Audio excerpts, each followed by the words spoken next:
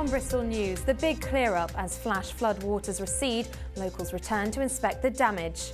And Colston Cash music venue boosts its bank balance and calls in the builders. So during the conversation, use the hashtag Bristol News.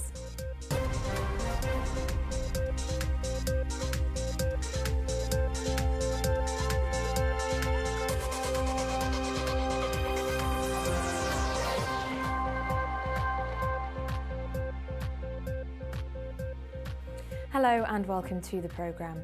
An ease in the heavy rain has revealed the true extent of the damage caused by flash floods in South Bristol.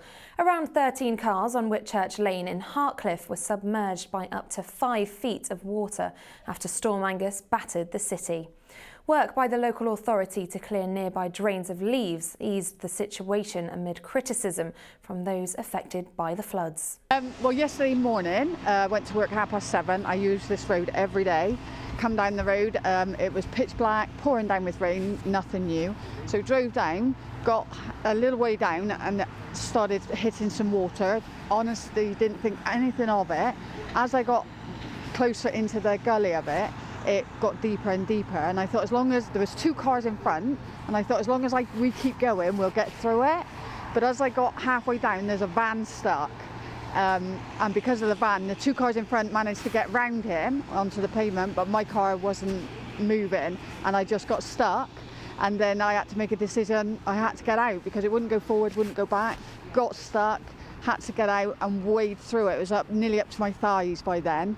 And within an hour, it was nearly at the top of the car. It was so bad here yesterday, it was awful. So what's the state of the car?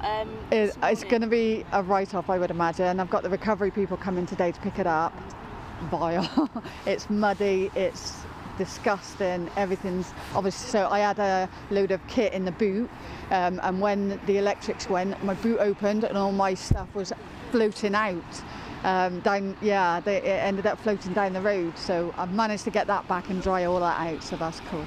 Have you sort of had any explanation from the council or anything? No, the environmental people are saying it's council, environmental, it's the usual ping pong. We think it was the drains not cleared. The Mayor's calling on people living in Bristol to clean up their act. The Clean Streets campaign comes after Marvin Rees got a bee in his bonnet and personally pledged that Bristol will be cleaner by 2020. Thousands of tonnes of litters collected each year, but as Ed's been finding out, this campaign's about curbing fly tipping, chewing gum and graffiti too. It's a dirty job, but someone's got to do it. Now campaigners are calling on kids to help get the 140,000 tonnes of litter collected each year off our streets. The aim of this campaign is to make the city measurably cleaner by 2020. And what we want is for the whole city to start playing their part in doing a little bit to make the city cleaner and tidier. And from our side, what we will do is we'll make sure that the services that we fund or work with improve their quality and the standard of work they do in the city, solving some of the problems that people complain about a lot. It takes an army of over 450 people operating 180 vehicles to clean up the 800 miles of streets and footpaths across the city. And at Parsons Street Primary, there's a team of young, clean, green litter picking machines ready to contribute. You get to learn more about the life of nature and how we should treat our world. So what important jobs do you do around the school? We do litter picking, or we go around classes collecting the bins on Tuesdays and Thursdays. What would you say to someone if you saw them dropping litter? I'd tell them to pick it back up again and put it in the right bin. They don't have an excuse for doing that. Of course, the truth of it is that there are much worse things than litter on our streets. Chris is out 7 days a week, clearing up after us. Human excrement, and they're always urinating down here. Look. Do you think that's a behaviour that's easily changed? I wouldn't have thought so. I would have thought it would have taken a little bit of time. It's whether you can get people to change. But that certainly doesn't dampen the pride those cleaning our walkways have in their job. Well, it's what we're here for. And you get when you look behind it, what you've done on the on the streets, you sort of you get a little bit of satisfaction out of it that you've done your job. Now to transfer that pride of our streets into everyday citizens. But the single most important resource we have, the single most effective resource, is the people of Bristol. You know, taking pride in the city. And I think too, you know, as we do clean up Bristol, I hope there's a kind of sense of momentum. That as we are in a cleaner city, we see that there is hope. And I don't use that term lightly. I think, you know, that kind of sense of hopelessness, this is the way it is and this is the way it's always going to be, is one of the biggest deterrents to taking action in the first instance. But I want to communicate today that there is hope. We can say we want to live in a clean city. With leaves gathering in the gutter, that's another job to add to the list. But with 60 tonnes being shifted each week, teamwork is overcoming that challenge. Now it seems it's time for us to join in too. I'm Ed for Made in Bristol TV. Now for some news in brief, and a tipper truck crashed and killed 4 people because its brakes failed, the driver's trial has heard. Mitzi Steady, aged 4, Robert Parker, Philip Allen and Stephen Vaughan died in the crash over in Bath last February.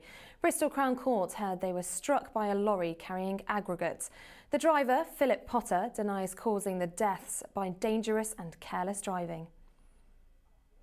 3 men have admitted to attacking a cash point at Long Ashton Post Office. 41-year-old Patrick Duggan, Nicholas Mann, aged 25, and 22-year-old Shane Dennis, all of no fixed abode, each pleaded guilty to conspiracy to cause an explosion and conspiracy to steal. The post office was destroyed when it was blown up early on January the 4th. The trio will be sentenced at Bristol Crown Court in the new year. Conservative MP Jack Lopresti has asked the Transport Secretary to intervene after Metrobus roadworks caused chaos in Bradley Stoke. The Filton and Bradley Stoke representative asked Chris Grayling to put pressure on South Gloss Council and the contractors to complete the work ASAP. The local authority apologised for the congestion caused by a lane closure, saying it should reopen by the end of December. The man who founded Bristol's aerospace industry, Sir George White, has been remembered on the centenary of his death. A box kite plane, like the one he manufactured under licence in Filton, is on display at the City Museum and Art Gallery. It has its first flight in 1910. White also played a leading part in creating the city's former tram network. Bristol MPs on both sides of the political spectrum have been grilling ministers on why Bristol's rail electrification project was binned off.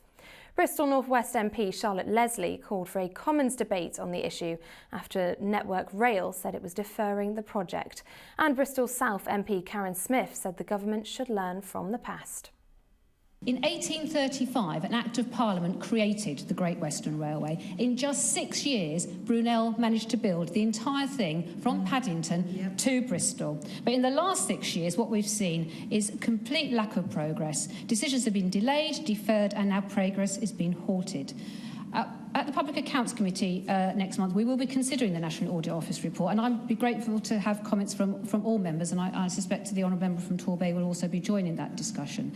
The report is very clear, but who is accountable now for this decision? Who is in charge of the plan to deliver benefits to patients? Who lined up the key components of the new trains with the infrastructure and the operator? And who is managing the critical path alongside things like the signalling works? I've got 3 asks of the Minister, and equally, if the Minister does not have time to answer these questions, I would appreciate them in writing. Is there still a case for electrification? Because what is the Department's analysis now of the benefits for passengers in terms of journey times, frequency and capacity, and dare I say, having a seat of bimodal versus electrification? We don't seem to know. Mr Brunel built the entire thing via an Act of Parliament, so why didn't the Department of Transport at any point place an order under the Transport and Works Act for all the works? It might have taken longer to get to this point, but Network Rail would not have had to go through the myriad of processes it had to do across the whole line. And thirdly, my question is, what is the role of the regulator, the Office of Road and Rail, in all this? Because the government has chosen to make them an arm's-length body, but what is their responsibility in all of this? There is a political choice between enhancement and renewals or maintenance. Now, the regulator has a clear role on renewal and maintenance in light of their safety responsibility, but the enhancement or electrification is different, and I'm interested to know what the Minister thinks about this. The core of this is about passengers and our constituents. Whatever processes were undertaken to deliver this decision, it's true to say that as a result, Bristol people feel we are being short-changed. Yatton's annual Christmas light switch on has been cancelled because there isn't anything to switch on. The parish council normally puts up strings of lights across a shopping precinct in the centre of the village, but scaffolding due to refurbishment means they can't be put up because of health and safety concerns. We had to take a decision around the mid-November, actually it was as late as that, regarding whether to go ahead with the Christmas lights switch on. Normally we would have strings of lights that come out of the central street light that's in the middle of the precinct, but because they would have to cross over the scaffolding itself in order to reach the anchorage points, we wouldn't be allowed to do that because it would be crossing where men are working, and that obviously has a health and safety implication. Also, the switch on event has lots of children who are often quite excited because they're having Santa's coming and you know, they're really looking forward to it, and them running around scaffolding poles possibly skips. Again, we felt that probably this year was a good time to say that we wouldn't actually hold the event. Although we're very happy that the refurbishment is taking place with the precinct, because it is a two-phase piece of work. They're doing the canopy and all the roof refurbishment now, but the rest of the area, which will be landscaped and all new surfacing put in, will be. This is Bristol News, the biggest stories from across the city. Still ahead, Colston Cash music venue boosts its bank balance and calls in the builders. And sinking feeling why the Balmoral issued an SOS and needs your cash. Comment on the story so far, #Bristol News.